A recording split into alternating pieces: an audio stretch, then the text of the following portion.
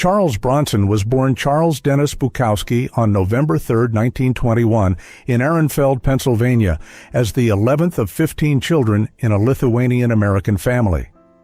Poverty and hardship defined his early years, especially after his father, a coal miner, died when Charles was just 10. To help support the family, he began working in the coal mines as a teenager, earning $1 per ton.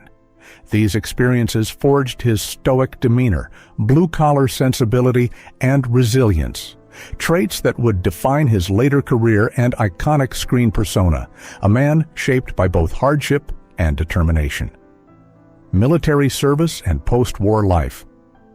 During World War II, Bronson served as an aerial gunner in the U.S. Army Air Forces, flying 25 missions in the Pacific Theater. He was awarded a Purple Heart for wounds sustained in battle. After returning home, he used the GI Bill to study art before discovering his passion for acting. The discipline, focus, and courage learned in the military carried into his career, contributing to his intense and compelling on-screen presence. These formative years allowed Bronson to blend inner toughness with a quiet emotional depth that would make him a standout actor in Hollywood. Early Hollywood career. Bronson moved to Hollywood and began his acting journey with small parts in films and television. Initially, his rugged features often led to typecasting as villains or heavies, but he brought nuance and intensity to each role. To avoid discrimination during the Red Scare, he adopted the surname Bronson, distancing himself from his Eastern European heritage. Films such as House of Wax, 1953, Apache, 1954, and The Magnificent Seven, 1960, gave him growing recognition, showcasing a combination of strength and humanity that set him apart from other actors of the era. Breakthrough roles. His role in The Great Escape, 1963, as Danny the Tunnel King solidified his reputation as a charismatic and grounded actor. Bronson's international breakthrough came in the late 1960s, especially in Europe, where audiences admired his stoicism and anti-hero persona. His performance in Sergio Leone's Once Upon a Time in the West, 1968, as the enigmatic harmonica-playing gunman remains iconic. The film's operatic style and haunting score cemented Bronson as a leading man capable of blending intensity with mystery, earning him enduring fame both abroad and later in the United States. Rise as an action star. The 1970s marked the height of Bronson's career, particularly in the revenge thriller genre. His portrayal of Paul Kersey in Death Wish, 1974, became emblematic of the lone vigilante seeking justice outside the law. The film sparked national debate over crime, punishment, and morality, yet its popularity led to 4 sequels. Bronson's performances were defined by a quiet intensity, embodying a rugged individualism that resonated with audiences. These roles solidified his image as Hollywood's archetypal tough guy, stoic, self-reliant, and willing to confront danger head-on when society failed to act. Continued career success. Throughout the 1970s and 1980s, Bronson maintained his status as a box office draw, with films like Hard Times, 1975, Breakheart Pass, 1975, The Mechanic, 1972, and 10 to Midnight, 1983. Many of these were produced by Cannon Films, and despite critical dismissal of his later work as formulaic, his fan base remained devoted. Bronson frequently collaborated with directors such as Michael Winner and J. Lee Thompson, forming creative partnerships that reinforced his tough guy persona. His performances continued to convey authenticity, reflecting a life shaped by adversity, military service, and working-class roots. First marriage and family life. Bronson's first marriage to Harriet Tendler played a pivotal role in his early career. They met in 1947 at a drama school in Philadelphia.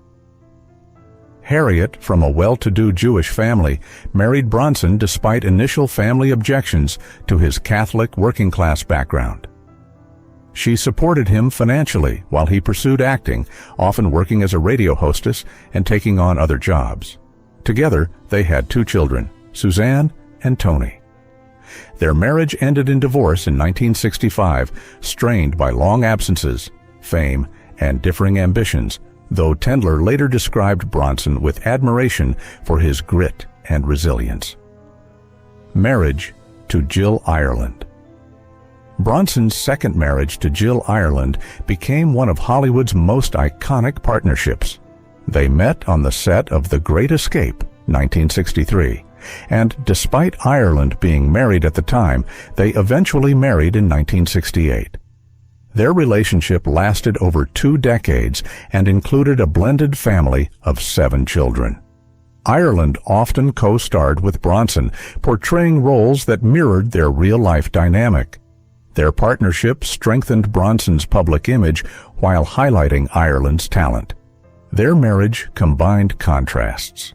Bronson's stoicism with Ireland's warmth, creating a powerful, enduring bond that extended into both their personal and professional lives. Later years and Ireland's illness. In the late 1980s, Jill Ireland was diagnosed with breast cancer. She became a public advocate, writing books about her battle and raising awareness.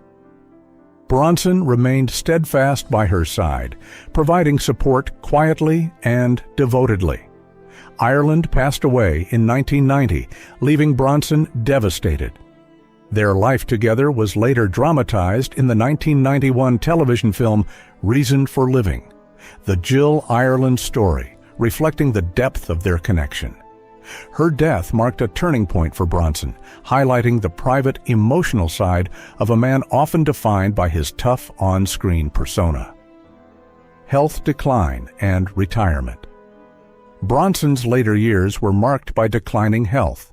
He retired after his final film appearance in Family of Cops 3, 1999. He suffered from Alzheimer's disease, chronic obstructive pulmonary disease, and congestive cardiomyopathy, all of which severely impacted his quality of life. Though his health issues were widely reported, the official cause of death was respiratory failure due to metastatic lung cancer, compounded by long-term smoking habits. Bronson's retreat from public life in these years reflected his preference for privacy, solitude, and a quieter existence away from Hollywood's spotlight. Legacy and death. Charles Bronson passed away at the age of 81 on August 30, 2003, at Cedars-Sinai Medical Center in Los Angeles. His death marked the end of an era in American cinema, honoring a career built on intensity, stoicism, and authenticity. He was laid to rest at Brownsville Cemetery in West Windsor, Vermont, reflecting his desire for a private, peaceful life away from the fame he had earned. Bronson remains remembered as an enduring icon of grit, resilience, and the silent strength that defined both his personal life and his unforgettable film legacy.